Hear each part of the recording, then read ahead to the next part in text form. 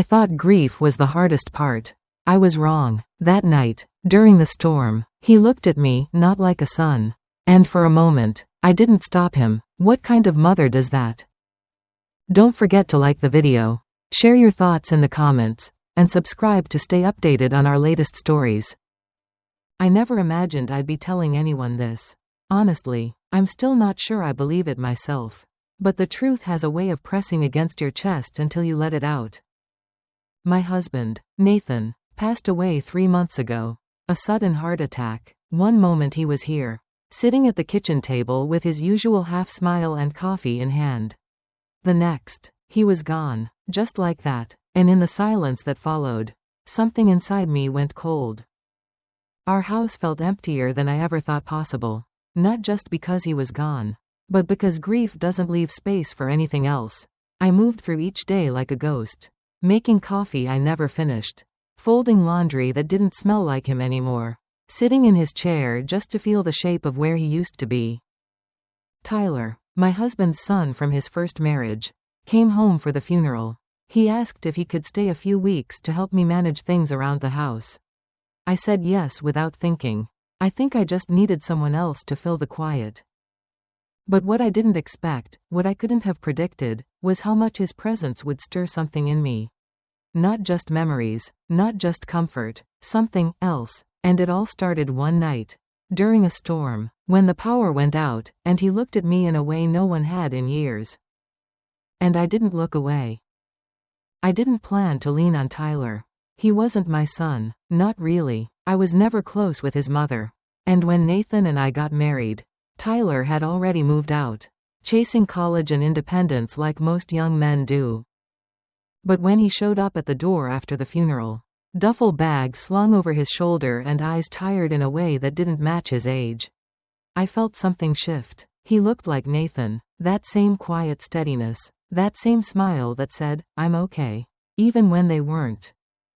He started doing little things without asking, fixing the gutter that had been hanging loose since the last storm, replacing the hallway light bulb I kept forgetting about, making coffee in the morning before I even came downstairs. At first, I thought it was just kindness. A boy trying to be strong for the woman his father once loved. But then, I started to feel it, how he looked at me. Not in a way that was wrong. Not yet. Just, deeper, longer. He'd catch me staring out the window too long and gently set a cup of tea in front of me. Sit with me in silence. And in those moments, I felt seen, not as a widow, not as some stepmother he tolerated, but as a woman, a human being slowly coming back to life.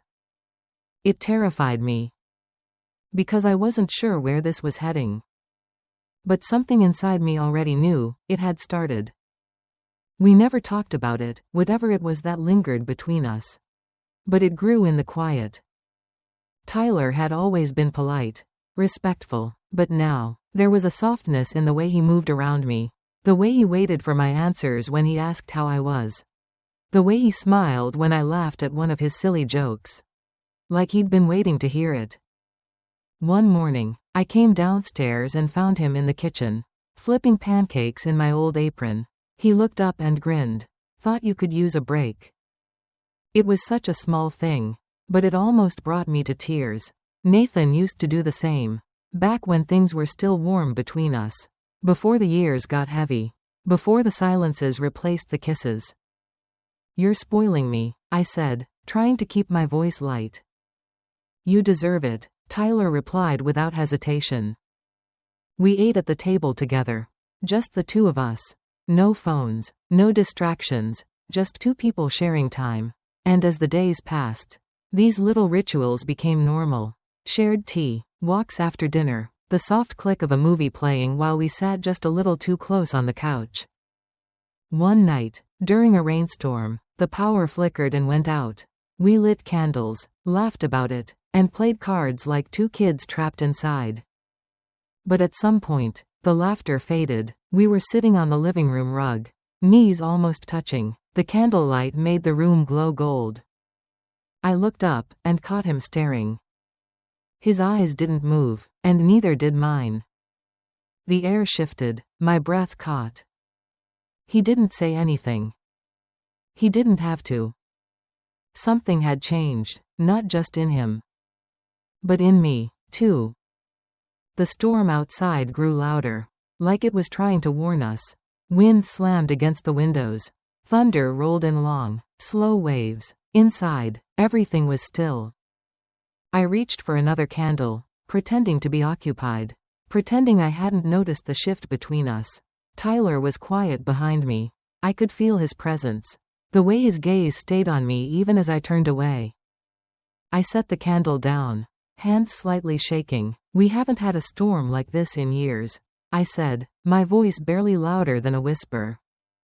Tyler moved closer, sitting down beside me on the rug again. "I used to be scared of storms when I was little," he said softly, "but not because of the thunder. It was the silence after." That made me pause. I looked at him, really looked at him. His eyes weren't just watching me, they were searching for something. Understanding, maybe, permission. "You don't seem scared now," I replied, trying to smile. He shrugged. "I'm not when you're here." It should have been sweet, innocent, but it wasn't. There was weight in those words, a pulse beneath them. I could feel it between us, something rising slowly like water in a glass. No sudden moves, no grand gestures, just a current, silent, steady, pulling us closer. A flicker of lightning flashed, and for a moment I saw his face lit up in gold and shadow. And when the thunder followed, I startled just slightly, enough for Tyler to reach out. His hand brushed mine. I didn't pull away. That simple contact sent a ripple through me. I felt warmth bloom across my chest. Not fear, not confusion. Longing. I looked down at our hands, barely touching. Then up at him. And the silence wrapped around us again. But this time, it didn't feel empty. It felt electric. And terrifying. Because I knew, this wasn't grief anymore. This was something else.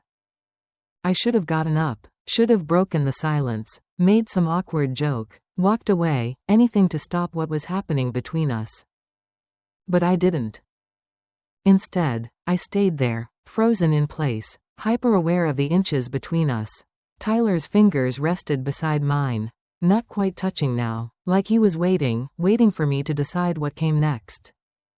I looked at him again. His expression hadn't changed, still soft, still calm, but there was something in his eyes, unspoken, unsteady, and impossible to ignore. "I miss him," I whispered suddenly. I didn't mean to say it, but the words came like a leak in a dam. Tyler nodded slowly. "I know. And I don't know who I am without him." "You're still you," he said, "even if you forgot for a while." I felt something break open in my chest. I turned my head away, not wanting him to see the tears building, but he reached out and gently touched my cheek. It was so simple, so light. But I hadn't been touched like that in so long. My breath caught, and I closed my eyes without meaning to. His hand didn't move, it just stayed there, warm and steady against my skin. "Tyler," I whispered, unsure of what I was warning him, or myself, about. Then he leaned in. It wasn't sudden, it wasn't hungry or desperate. It was slow, careful, asking. And I didn't stop him. His lips brushed mine, so soft I barely felt it, and then lingered just long enough to be real. When he pulled back, he looked at me like he was terrified of what I might say. But I said nothing. Because the truth was, I didn't regret it. I hated that I didn't. And in that moment, I realized something far scarier than what we'd done. I didn't want it to stop. The moment passed, but the weight of it didn't. After the kiss, we sat there for a long time, saying nothing. The storm outside softened into a steady hum, as if the world had quieted to make space for what had just happened. I stood first. My legs felt unsteady, like I'd stepped onto unfamiliar ground. "I should go to bed," I said, avoiding his eyes. Tyler didn't protest, he only nodded. "Okay." I walked upstairs in the dark. lit only by candlelight. My hands trembled as I brushed my teeth. My reflection looking back at me like a stranger. What did I just allow? What did that make me? I crawled into bed and stared at the ceiling. My heart was still beating too fast. I could still feel the ghost of his touch on my cheek. The way his lips had felt, hesitant, warm, searching. The fact that I hadn't pulled away. Worse, the fact that I hadn't wanted to. I told myself it was just the storm, the grief, the loneliness, that it didn't mean anything. But something inside me, a quieter voice, one I didn't want to listen to, whispered that it did mean something. That something had shifted between us, and no amount of pretending could undo it. The next morning, we didn't speak of it. Tyler made coffee like usual. I joined him at the table. Like usual, but nothing felt usual. He was quieter, more careful, watching me when he thought I wasn't looking. And me, I was pretending. Pretending I was fine. Pretending it hadn't happened. Pretending I didn't feel something tugging at me every time he brushed past. Every time our hands almost touched. That kiss hadn't been an accident. It had been a door. And deep down, I knew we were already on the other side. The days that followed were quiet, too quiet. We moved around each other like strangers, trying not to bump into the memory of what we did. Tyler barely looked at me. He still made the coffee, still watered the plants, still did the dishes after dinner. But the warmth was gone. The easy laughter, the casual closeness. I missed it. But I was also relieved. Because if we kept pretending it hadn't happened, maybe I could convince myself it hadn't. Still, the silence between us felt louder than any argument could have been. I caught myself watching him one morning, just standing at the sink, washing a pan, and I had to look away. My chest ached, not just from guilt, from longing. I hated that part most of all. One night, I overheard him on the phone with someone. He was in the hallway, speaking low. "No, I'm still here. Yeah, it's fine. She's okay, just different lately." I stepped back into the shadows before he could see me. I didn't want to hear more. I didn't want to know how he was explaining me. That night, I couldn't sleep. The memory of the kiss wouldn't leave me alone. It played over and over in my mind like a song I didn't ask to remember. I told myself it was a mistake, a moment of weakness, that it wouldn't happen again. But I didn't believe it. Not really. Because something had already been lit inside me. And no matter how hard I tried to smother it, it was still burning. I thought distance would fix it. That if I just pulled back, emotionally, physically, things would fall back into place. I started staying in my room longer, skipping breakfast, leaving the house just to walk without direction, pretending I had errands to run. Tyler noticed. One evening, I came home to find an envelope resting on my pillow. My name was written on it in his handwriting, small, careful, almost hesitant. I sat on the edge of the bed and opened it. "I'm not trying to make things harder," it began. "I just wanted you to know that I saw you. That night, not just physically, I mean. I saw the woman you keep trying to hide." My throat tightened. "I know it was a mistake. I'm not asking for anything. I just needed to tell you that it mattered to me. Because you do." I folded the letter slowly and held it in my lap. I didn't cry, but I wanted to. That night, I couldn't avoid him. We passed in the hallway after dinner, and our eyes met for the first time in days. There was no anger in his, no shame. Only sadness. And something else, something steady, patient. It was me who broke the moment. "I got your letter," I said quietly. He nodded. I meant every word. I should have left it at that. Walked away, kept my walls up. But instead, I whispered, "I don't know what to do." His reply was simple. "You don't have to do anything. Just be honest with yourself." And that was the problem. Because being honest meant admitting that part of me didn't want to let go. Not of the kiss. Not of the feeling. Not of him. I told myself no one knew. That as long as we stayed quiet, it would stay ours, this strange, fragile secret we didn't know how to name. But the house has a way of remembering things, and people notice more than you think. That morning, I woke up on the couch, a blanket tucked around me. Tyler was asleep in the armchair across from me, his head tilted, mouth slightly open. The candles had burned low, and the room still smelled faintly of smoke and rain. I stretched slowly, then stood, only to see her. Maria, the housekeeper. She'd let herself in with the spare key. She was standing by the front door, frozen, holding a bag of groceries. Her eyes flicked between Tyler and me, and though she said nothing, I saw it in her face. She knew. Not everything, but enough. She smiled politely, quietly went to the kitchen, and unpacked the groceries like she hadn't seen a thing. But the air felt colder after that, like the walls had lost their insulation. I didn't mention it to Tyler, and he didn't ask. But I watched the way Maria glanced at me later, while wiping the counters, her eyes lingering just a beat too long. That night, sleep wouldn't come. I lay awake, heart pounding, mind spinning. What if she told someone? What if it slipped out? What if this house, this space we were hiding inside, wasn't as private as I thought? And worse, what if I wanted her to tell? Because part of me was so tired of hiding, of pretending, of tiptoeing around something that had already crossed the line. I was unraveling, and I didn't know how to stop it. Maybe I didn't want to. Because as wrong as it all felt, I'd never felt more alive.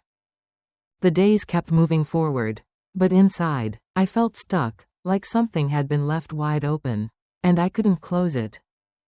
Tyler didn't bring it up again. He didn't need to. We lived like it never happened, but the space between us carried it like static. The way his fingers brushed mine at the sink, the way he lingered when saying goodnight. It was all quiet, unspoken, but still alive. Maria never said anything, but sometimes, when she passed me in the hallway, I felt her eyes, not judgmental, just knowing. And that made it worse. Because silence isn't always safe. Sometimes, it's where shame grows best.